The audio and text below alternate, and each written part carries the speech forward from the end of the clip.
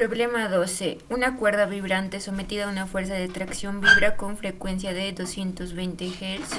Si la fuerza de tracción se duplica y se mantienen las otras condiciones constantes, determina la nueva frecuencia de vibración. Como paso 1, dibujamos el esquema del problema. Paso 2. En nuestro enunciado nos indica que la fuerza de tracción se duplica. Por lo tanto, decimos que la tensión 2 es igual a 2 veces la tensión 1.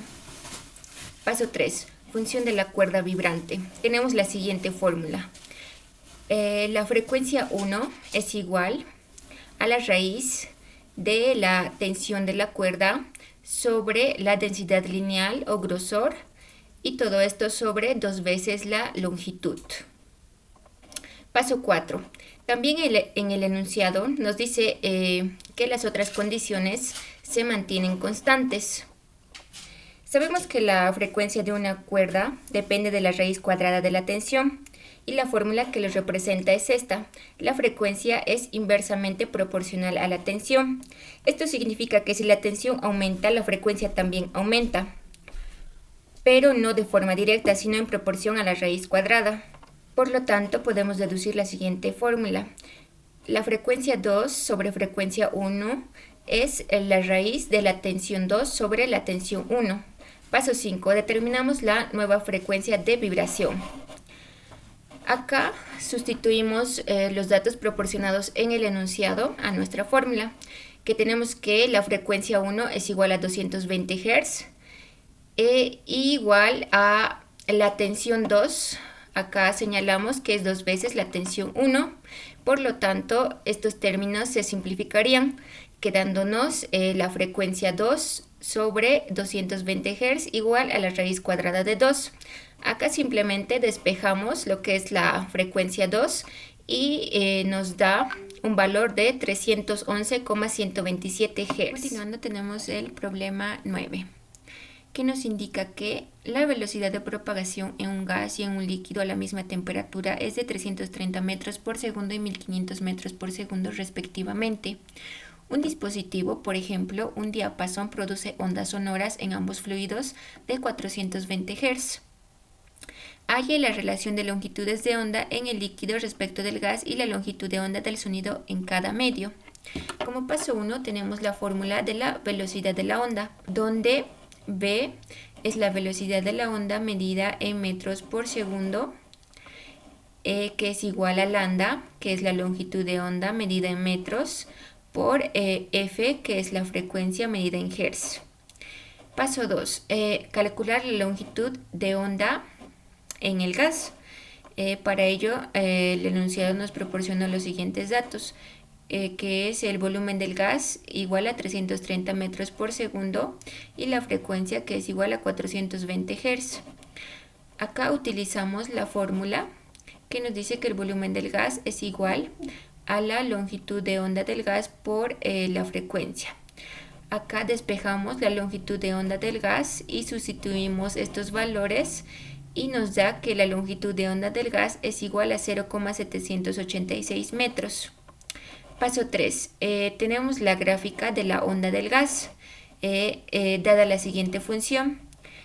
Y representa el valor de la onda en un momento o posición dada, que es igual al seno de 2pi sobre 0,786 por x. X representa el tiempo o la posición, y 2pi sobre 0,786 número de onda o frecuencia angular.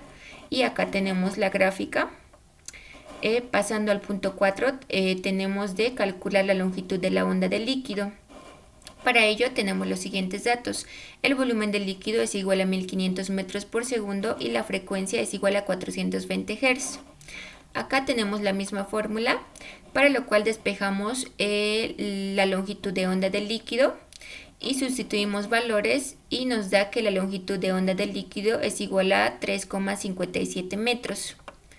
Acá en el paso 5 tenemos la gráfica de la onda del líquido, dada la siguiente función. Y es igual al seno de 2pi sobre la longitud de onda del líquido, que es 3,57 por x. y nos da el siguiente gráfico. Como paso 6 tenemos el cálculo de la relación de longitudes de ondas, que es lo que nos pide el enunciado.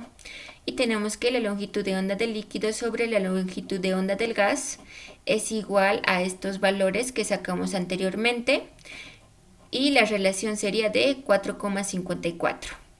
Acá como último paso tenemos lo que es la gráfica de la relación de las ondas, donde podemos ver una comparación de longitudes de onda en gas y líquido. Problema 29. Tenemos el siguiente enunciado. Jorge se está dirigiendo hacia la isla con una velocidad de 24 metros por segundo cuando él ve a Betty, que está en la orilla en la base de un acantilado. Jorge hace sonar la bocina de frecuencia con un valor de 330 Hz. El inciso A nos pide qué frecuencia escucha Betty. En el inciso B, Jorge puede oír el eco de su bocina reflejado por el acantilado. La frecuencia de este eco mayor que o igual a la frecuencia es oída por Betty. Explique. Inciso C. Calcule la frecuencia que escucha Jorge del eco del acantilado. En el gráfico podemos observar que Jorge se acerca a Betty con una velocidad de 24 metros por segundo y una frecuencia de 330 Hz. Según los datos que nos proporciona el problema, tenemos que la frecuencia de Jorge es igual a 330 Hz, la velocidad del sonido es igual a 340 metros por segundo, la velocidad de Jorge es igual a 24 metros por segundo. En el inciso A nos pide encontrar la frecuencia que escucha Betty. En este caso utilizaremos lo que es el efecto Doppler. El efecto Doppler es el cambio aparente en la frecuencia o el tono de una onda cuando la fuente de la onda y el observador se mueven uno respecto al otro. Tenemos la siguiente fórmula. La frecuencia que escucha Betty será igual a la frecuencia de Jorge por la velocidad del sonido sobre la velocidad del sonido menos la velocidad de Jorge. Reemplazando datos, obtenemos que la frecuencia que escucha Betty es igual a 355,06 Hz. Ahora pasamos al inciso B. ¿La frecuencia del eco es mayor o igual a la que oye Betty? Jorge emite un sonido de 330 Hz. Es una fuente en movimiento hacia el acantilado. En reposo. Se aplica el efecto Doppler. Utilizando la frecuencia encontrada en el inciso A que escucha Betty, obtenemos la frecuencia del eco del acantilado. Entonces, la frecuencia del acantilado será igual a la frecuencia de Jorge por la velocidad del sonido sobre la velocidad del sonido menos la velocidad de Jorge. Entonces, la frecuencia del acantilado será igual a 355 Hz. En respuesta tenemos que la frecuencia del eco que escucha Jorge es mayor que la que escucha Betty, porque el sonido sufre el efecto Doppler dos veces, una al ir al acantilado y la otra al volver como eco. Ahora pasamos al inciso C. El inciso C nos pide encontrar la frecuencia que escucha Jorge del eco del acantilado. Entonces tenemos que la frecuencia de Jorge es igual a la frecuencia del acantilado por la velocidad del sonido más la velocidad de Jorge sobre la velocidad del sonido. Reemplazando datos, tenemos que la frecuencia de Jorge es igual a 380 Hz. Problema 59, que nos dice, con ayuda de un hornillo eléctrico de potencia de 1 kW, en la habitación se mantiene la temperatura de 17 grados Celsius, siendo la temperatura del aire circundante de menos 23 grados Celsius. ¿Qué potencia se necesitaría para mantener en la habitación la misma temperatura con ayuda de una bomba térmica ideal? Acá tenemos el esquema de nuestro problema, donde nos dice que la temperatura del foco caliente, que sería la habitación, es igual a 17 grados Celsius. Y la temperatura del foco frío, el exterior, sería de menos 23 grados Celsius. Y la bomba de calor. El problema nos proporcionó los siguientes datos. UC, que sería el calor suministrado al foco caliente, que es 1 kilowatts, lo convertimos en watts, que sería igual a 1000.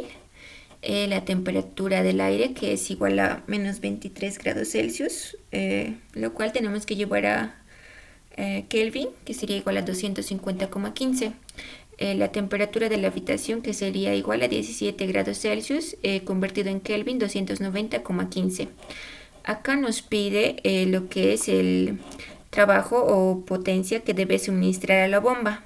Como paso 1, encontramos lo que es el coeficiente de rendimiento ideal, que es igual al calor suministrado al foco caliente sobre el trabajo o potencia que debe suministrarse a la bomba, que sería igual a la temperatura del ambiente sobre la temperatura del ambiente menos la temperatura del aire. Entonces tenemos que el coeficiente de rendimiento ideal es igual a 290,15 sobre 290,15 menos 250,15, dándonos un valor de 7,25. Como paso 2 encontramos lo que es la potencia o trabajo que se requiere, que sería igual a la misma fórmula, pero en este caso despejamos lo que es la potencia o el trabajo. Sustituyendo valores nos da que el trabajo o potencia que debe suministrarse a la bomba debe ser de 137,85 watts.